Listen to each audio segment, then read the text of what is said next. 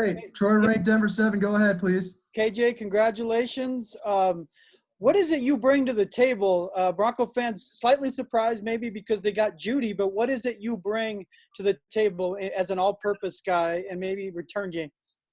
I think, I bring the table speed, quickness, playmaking ability. I'm versatile. I can play outside. I can play in the slot. And, I can return kicks and punch. So, I'm a playmaker, and I got a chip on my shoulder at all times.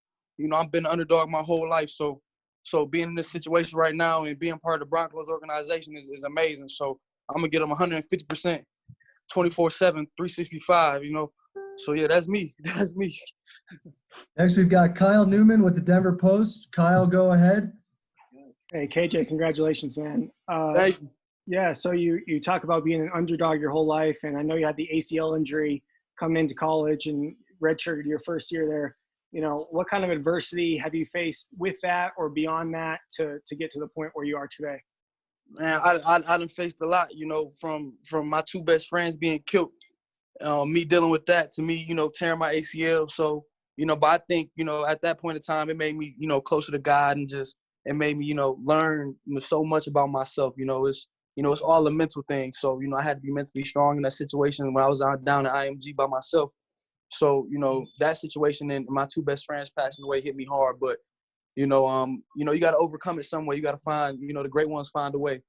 And, so I'm blessed to be in this opportunity right now. Was that in high school? Yes, sir, in high school. Both my best friends got killed in high school. Yes, sir. Next, we've got Nikki Javala, followed by Mike Kliss. Nikki with The Athletic. Go ahead. Hi, KJ. Just curious, how much interaction did you have with the Broncos throughout the pre-draft process, and how much do you know about Drew Lock and kind of what they've been building on offense so far? I only got one call from Coach Zazzani, so Coach Zazzani recruited me at Tennessee. So we already got a great relationship going off, and, I know, like, Corden Sutherland and, Deshaun Hamilton, who was my teammate my freshman year. So that's been my big brother. I've been talking to him through this process. So, I don't know a lot, but, Deshaun will help me out through it. He's my big brother, my older brother. So, I know he'll help me, and I'll be under his wing learning.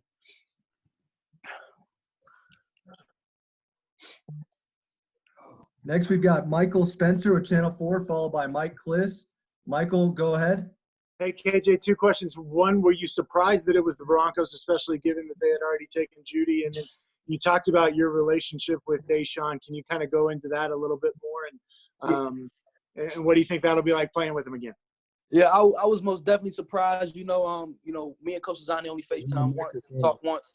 So it did catch me off guard. But me and Deshaun, I'd be more comfortable going into an organization knowing I know somebody, and he showed me the ropes as a freshman coming in at Penn State.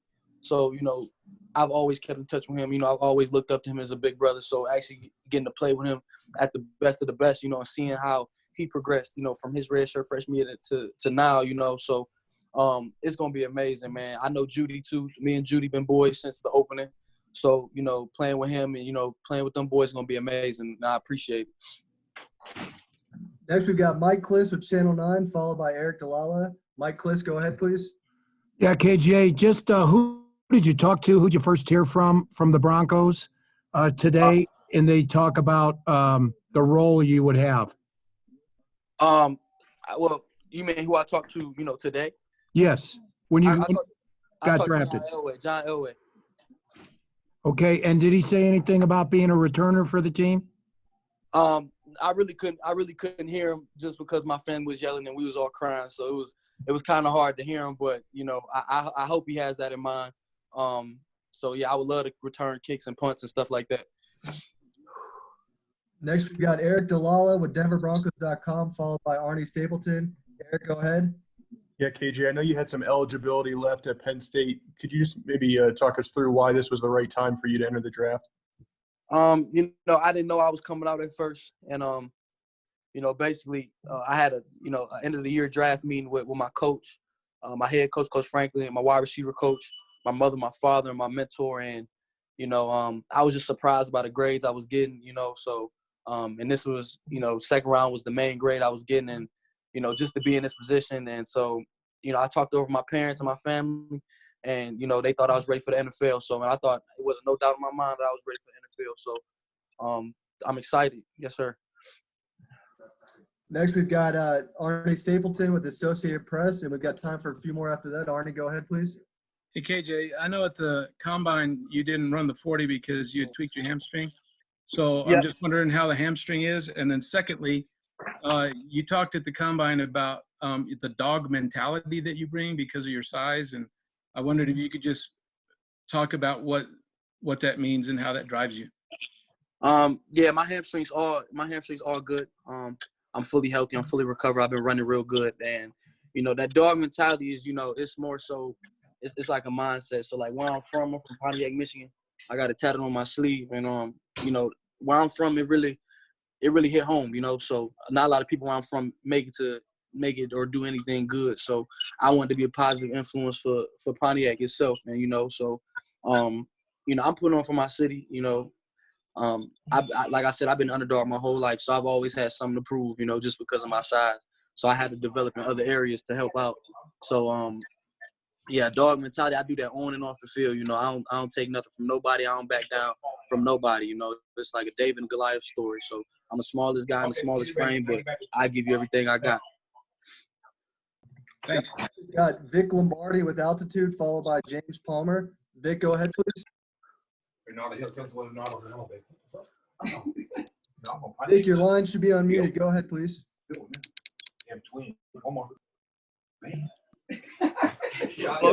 Vic, you there? Okay, we'll go ahead with James Palmer, the NFL Network. James, go ahead, please. Yeah. I'm just curious. You're pretty out of breath, man. Can you describe this celebration that you guys had? I mean, I need an inside scoop about what just went down. Did you run down the block or what happened? Nah, I was crying. So, I was crying a lot because it really took a toll on me to get here. It's, just to be in this position and be in this situation, it took so much work. My mom always thought my dad was overworking me and being too hard on me, but he saw something in me that I didn't see at the time. So, appreciate him, appreciate my mentor right here, Reggie Wins. He saw something in me that, he took me under his wing and got me to the opportunities where I could just, be myself and play ball. So, my parents was all jumping on me, and my immediate family was here jumping on me. So, yeah, I'm a little out of breath. So I was curious. You said you mentioned Jerry pretty well. What did you expect in this process? Probably you guys would land on the same team then? No, not really. I've been talking to Cesar Ruiz, who got picked up by the Saints in the first round, and he's my best friend. But me and Judy ain't really talked about it. So I'm blessed to be with him, man. He's a great player. Like I said, we were on the same. It was me, him, and Tua on the same, and Jalen Reagor on the same team at the opening. So it's like we're being reunited. So I'm pretty pumped though. Last one, we've got Brandon Cristal, KOA. Brandon, your line should be unmuted. Go ahead, please. Yeah, KJ, two quick ones. Had you not gotten hurt, you mentioned Jalen Reagor. We know Ruggs ran the 4.27. What do you think you would have run had you not gotten hurt? And then who do you model your game after? For sure. It was, when I was training, I was running real good. So I wasn't gonna say I was gonna break the record, but I was gonna be in the equation. I was gonna be in the conversation. So 4.2 was the only thing in my mind. It would have mid 4.2, high 4.2. That was the only thing I was gonna run. And oh my gosh, I'm sorry. What was the second question? I'm so sorry. No, you're good, bud. Who do you model your game after? What receivers do you think you play like? Deshaun Jackson is the main guy I think I play like. I've been hearing it since I was younger. And he's my favorite player. So him and Steve Smith are the people I look up to. And but I think, from a playmaking ability, from taking a slant to 60 yards and for a touchdown and stuff like that, I think me and Deshaun are real similar. So Deshaun Jackson is my favorite player.